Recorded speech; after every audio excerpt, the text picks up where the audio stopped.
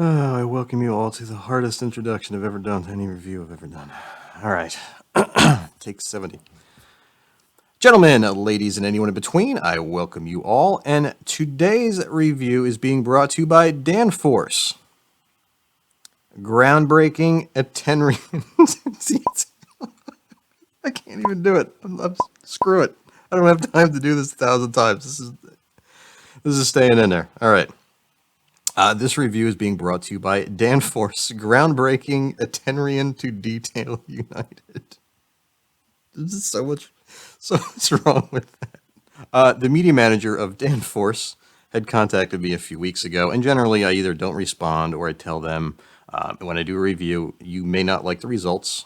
So he offered me, I guess this is what he had planned to ship me, the Misforce. So I guess Danforce and Misforce are related. I don't know if they have any children. And unfortunately, just as they missed the mark by the slightest of margins with their company's slogan, they sent me this instead. Instead of it being $30, this one's $75.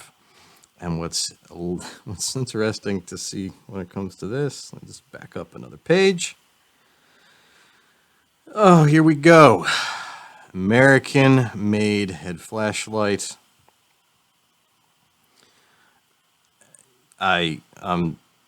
It's not a unique design either. And again, I'm going to be 100% unbiased, even though one of the things that really grinds my gears is when a company says made in the United States or made in USA or American made, and it's just a cloned product that you can buy from 30 different companies. That's a sourced product, meaning I can start up a company, Nitecore, tomorrow and order 300 of these at $4.75, maybe $8 since they come with the battery and the charger.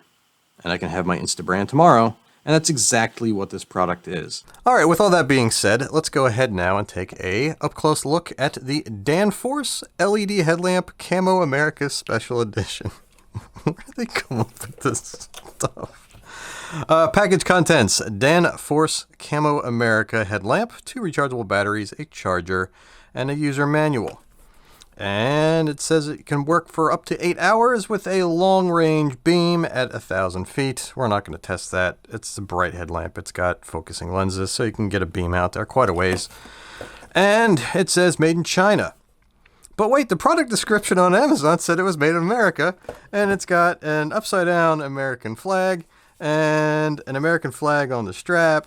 You mean to tell me that this isn't made in the United States? And I guess they should kind of put this on the right side up, because an upside down American flag means it's distress. Yeah, and you can see there's actually, this corner was kind of coming up already. I wasn't even paying attention there. It was peeling up so easily. And you can see there looks like be some glue residue up here. Yeah. This, ladies and gentlemen, is a headlamp that retails for close to $80, and it has just a little bit of metal here around the lenses. That's aluminum. There are O-rings, and these come right out. There's an O-ring up in here, and this is just like a cast metal. I don't even know if it's aluminum. It could just be painted metal. I don't know. But we'll see if we can get that back on there. Why is this so difficult? And we'll see this one as well. And that's your lens. It's a acrylic lens. It's not even glass. Again, $80 headlamp. And those are your LEDs. Let's see. Wait a minute. Is that supposed to be like that? Usually these little pucks here aren't really that loose. Oops. Hang on a second. And it's nice to see if when it comes to these kind of lens configurations, I mean, you see that these are just, molded out pieces, and they clip them off, it looks like. That's pretty obvious. See that edge, that rough edge right there?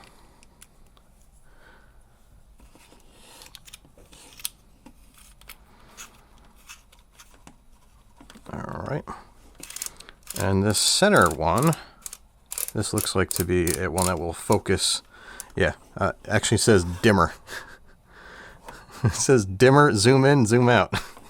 See that? Dimmer, zoom in, and zoom out. Okay.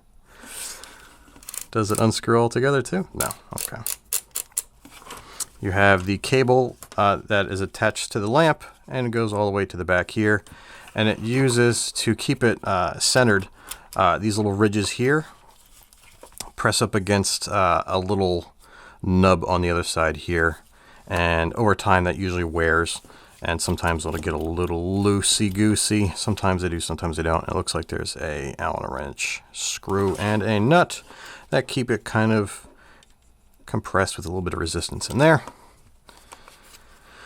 And then you have the battery compartment, which has a charging port on the bottom. And when it comes to lithium batteries and charging ports on lights, you've got to come with a nice charger for me to ever want to risk burning my house down using them. And this does not instill much confidence. And if you look here, again, I haven't even used this. I used my own charger, but you can see here that it does look like that USB cable's a little bit bent. And that's us being picky, but it is what it is. I would never use this, but I already have a charging. I have like 4 of these. And inside the box, again, you have that charger, and you have the green and red lens filters to preserve your night vision. Me personally, I prefer having that color changing function built into the light. At $80, there are there's quite a few lights out there that offer that functionality and offer high brightness and waterproofness as well. And this is the battery compartment, which is protected only by a slip-on rubber boot.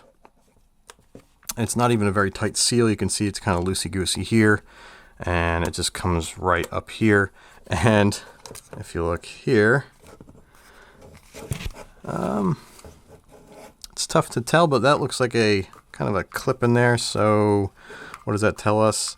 Water can possibly get down in there through that little clip, and it's not even really sealed. So if this is all they got for waterproof, rain can get in and around and get into your batteries. If you dunk this light, it's going to be game over relatively soon, and you don't want to get lithium cells wet. I believe these are protected cells. They look to be about the same size as the protected cells from Nitecore, which are, whether Nitecore batteries are good or bad, it's up to you. I've had good luck with them, and Panasonic's. And what is that little crease there? Oh, lovely. I don't know if that was there or if I did that. I don't know, did I? I don't know. We'll have to check the tape. And now, this is where I'm going to judge this headlamp and tell you why I can do a review on this and say that I don't like it without ever using it. There was a company out there a couple years ago named Brunton, and they had a headlamp that was nearly identical to this, minus the red, white, and blue stuff. And my buddy bought it because he liked my Nitecores with the lithium cell batteries. And after the first day, I told him, if you wear it with me fishing again, it's going in the river. And this is why. So you turn it on, you have your beam. We'll get it to the adjustability. You hit the button again, and then you have the 2 flanking beams here. I don't know if one's not centered right, because you can see one has a black eye. Then you hit it again, and it's a party. All 3 lights are on. Okay, and then you now have a stroke. If you want somebody to hit you with a bat when you're out fishing at night, put on your strobe. Again, I'm judging this from the perspective of somebody who spends their time on the water at night, and there are a few blaring issues. First and foremost, the first time you turn the light on, there's no memory. It goes to the first setting, which is this right here. Yes, it is adjustable, but it's not a dimmer. If you look here, it's just a focus ring. And it's square. That's pretty cool. And I can actually feel that. It's actually pretty warm, and it's about, I'd say, 15 inches away. Yeah, that's about 15 inches right there. We can burn some ants in about 10 minutes. Now, with that being said, for up-close work, you have to go from there to there, and this is still too bright. Again, you're using your light at night to see where you're going and to see detail up close. You want to be able to preserve your night vision when it's off. And there is no dim feature on this headlamp. And it has a strobe function that you can't avoid. And it's not just the primary light, it's the two flanking lights too. So if you try to cover one, you got to make sure you cover them all. Otherwise, you're just going to blind yourself or the people that are around you. And I'm sorry, but I would never, ever, ever in a million years use this light on the water at night for that reason alone. You can't avoid it. So you go from on. We're going to go ahead and click that button and hold it down. We're going to hold it down. No, there's no magic setting that we didn't know about. You can hit again. Nope, didn't turn off. I'm going to let it sit here again. Maybe we can get lucky and avoid this last setting that's going to blind us all. No. Sorry. And again, there's just something about not having a securely sealed off battery compartment. Whether you drop it, you may have your batteries going all over the place. It's just not a product for, again, $80. Let's go ahead now and bring out a $40 light. And again, you have to buy the battery. And I think these are like 2200 milliamp hour batteries. We're not even going to get into whether or not that's accurate. We're going to go ahead and just load this battery in, and it's barely even charged. And so for like $60, you can get a kit. And this light is full waterproof. You can submerge this. You can hold this, attach this to a rope and drop it down underwater. You can take it out of its headlamp strap. And this is an old light. They might even be discontinuing it. And if I'm going to be picky on this light, I don't like the camera button style, where it's got the two-stage button. You know, a light tap is what you use to cycle between beam modes, and the full press turns it on and off. And if you want red, you have an option for red. You just got to hold down a full press for a couple seconds, and it goes into red, and then you hold it down again, and it turns off. And then you have your multiple stages for brightness. But what's nice is it has a dim setting. So you can use it for up-close work with the white setting and not blind yourself. And when you're done with it, you just shut it off. You're done. And again, I don't like this button because sometimes when you go from one setting and you try to turn it off, you accidentally kind of depress it momentarily before you get to that, and it kind of jumps up and could be brighter. So the next time you turn it on, it's brighter than it should be. So that's me being picky. I dig my headlamps.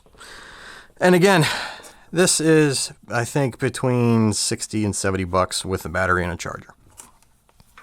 This is $80. Claims to be made in the United States, which we know. Come on, guys. You want to make a bet? You want to make a bet this thing ain't made in the United States? Oy vey.